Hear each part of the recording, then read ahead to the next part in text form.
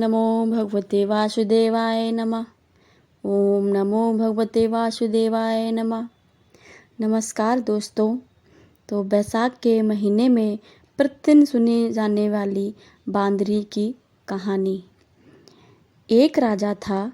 वह बैसाख माह में प्रतिदिन ब्रह्म मुहूर्त में उठकर गंगा जी स्नान में करता था। राजा का आदेश था कि मुझसे पहले गंगा जी में कोई भी स्नान नहीं करेगा। राजा जब गंगा जी में स्नान करते जाते तो उन्हें प्रतिदिन शांत जल के स्थान पर हिलता हुआ हलचल युक्त जल दिखाई देता था। तो राजा को संदेह होता था कि निश्चय ही मुझसे पहले कोई प्रतिदिन गंगा जी में स्नान करता है। अतः राजा ने नदी के तट पर पहरेदार बिठा दिए। गंगा जी के तट पर एक वृक्ष था। उस पर एक बंदरिया रहती थी। वह प्रतिदिन राजा के स्नान करने से पूर्व स्नान करके वृक्ष पर चढ़कर बैठ जाती थी। इस प्रकार होते होते पूरे बैसाख माह व्यतीत हो गया, किंतु अंतिम दिन राजा के सिपाही ने देख लिया और उस बंदरिया को पकड़कर राजा के पास ले गए और कहा कि यह बंदरिया आपसे पूर्व प्रतिदिन गंगा जी में स्नान करती है। उधर राजा की प्रतिज्ञा थी कि यदि कोई भी स्त्री मुझसे पूर्व स्नान करती होगी तो मैं उससे विवाह कर लूँगा। इसलिए राजा को बांदरी के साथ विवाह करना ही पड़ा। बैसाख स्नान के पुण्य से बांदरी के गर्भ ठहर गया। 9 मास पूर्व होने पर बांदरी ने राजा से पूछा कि शिशु जन्म के समय मुझे क्या करना चाहिए। तब राजा ने महल में एक घंटी लगवा दी और बांदरी से कहा कि जब तुम्हें दर्द हो तो उसे बजा देना, मैं संपूर्ण प्रबंध कर दूंगा। राजा की अन्य रानियां भी थीं। उनकी कोई संतान नहीं थी। बांदरी को गर्भ है यह समाचार जानकर अन्य रानियां मन ही मन बांदरी से ईर्ष्या करने लगीं और भावी संतान का नाश करने हेतु विभिन्न योजनाएं बनाने लगीं। घंटी लगी देखकर एक रानी ने बांदरी से इसका कारण पूछा। बांदरी ने संपूर्ण वृतांत बताया। रानी ने बहकाया कि एक बार घंटी बजाकर तो देख ले कि राजा आते हैं या नहीं। बांदरी ने घंटी बजाई तो राजा दौड़े दौड़े महल में आए और घंटी बजने के कारण पूछा। इस पर बंदरी ने उत्तर दिया कि मैंने तो रानियों के कहने पर घंटी बजाई थी। तब रानियों ने राजा से कहा कि यह तो पशु है और न जाने कितनी बार घंटी बजाएगी।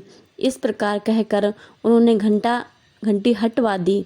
कुछ दिनों बाद बंदरी ने शिशु को जन्म दिया और तो उसने अन्य रानियों से पूछा कि मैं क्या करूं। तब रानी ने कहा कि तुम आंखों पर पट्टी बांधकर सो जाओ। बंदरी के बैसाख माह के स्नान से पुण्य से प्रताप के रूप में एक सुंदर पुत्र हुआ। शिशु के जन्म होते ही उसके रोने से पूर्व ही रानियों ने उसे एक टोकरी में रखकर दासी को दे दिया और आदेश दिया कि इसे नदी में बहाकर आओ और उस शिशु के स्थान पर एक पत्थर रख दिया। राजा को भी कहलवा दिया कि बंदरी ने एक पत्थर को जन्म दिया। राजा ने सुना तो उन्होंने भी संतोष कर लिया कि जब दूसरी रानियों की संतान नहीं है तो यह बंदरी है, इसके क्या संतान होगी। उधर दासी ने उस सुंदर शिशु को नदी में न बहाकर कुम्हार के खंडत से रख दिया। दूसरे दिन कुम्हारिन खंडत में आए तो वह एक सुंदर शिशु को रोते देखा। कुम्हारिन और कुम्हार भी निसंतान थे। उन्होंने उस शिशु को अपने लिए भेजी गई भगवान की भेंट माना और बड़े प्रेम से शिशु का पालन पोषण करते रहे। कुछ बड़ा होने पर बालक को यह ज्ञात हुआ कि वह रानी बंदरी का पुत्र है, जिसको रानियों ने मरवाना चाहा था।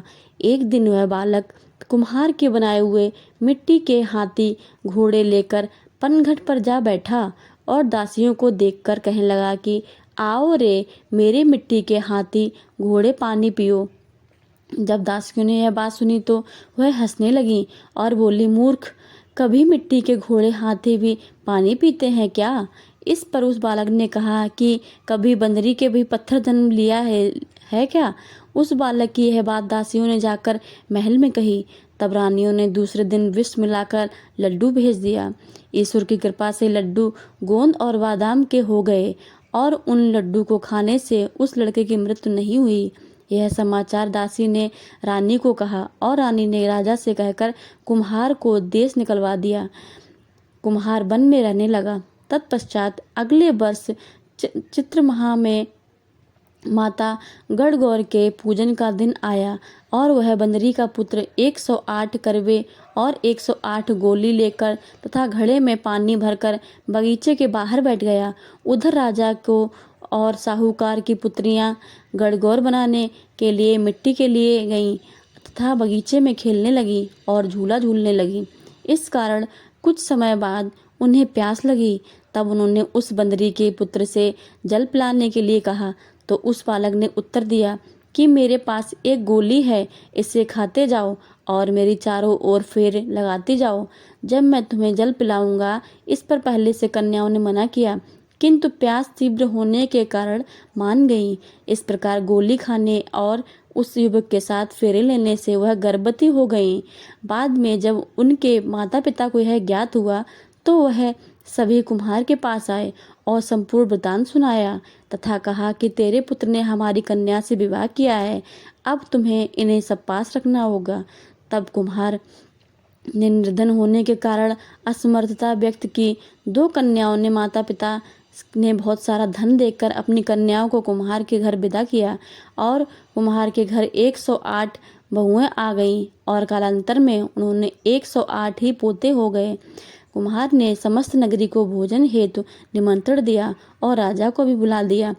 राजा के यहाँ से रानी बांदरी के अतिरिक्त सब भोजन हेतु पधारे। तब राजकुमार राजा की आज्ञा लेकर बंदरी को लेने रथ पालकी लेकर गया और लाकर सभा में उससे सबसे ऊंचे स्थान पर बिठाया। राजकुमार ने अपनी सभी पत्नियों को समझा दिया था कि बंदरी मुझे जन्म देने वाली माता है। एक एक बहू रानी बंदरी के चरण स्पर्श करती गईं और एक एक सोने का सिक्का और पोते की गोद में देती गईं। जब राजा और अन्य रानियों ने यह सब देखा तो कुम्हार के पुत्र से इसका कारण पूछा। रानियों को तो संदेह होने लगा कि अवश्य ही यह बंदरी का पुत्र है। इसलिए रानी और रूठकर राजा को कहने लगी कि कुम्हार के पुत्र ने हमारा अपमान किया है और बंदरी का सम्मान किया है, अतः हम लौट कर जा रही हैं। इधर राजा को पुत्र के जन्म का संपूर्ण रहस्य ज्ञात हो गया था, इसलिए उन्होंने रानियों को देश निकाला कर दिया और अपने सभी पुत्र वधू और पुत्रों को लेकर महल में आ गए और राजा राजकुमार का राज तिलक हुआ।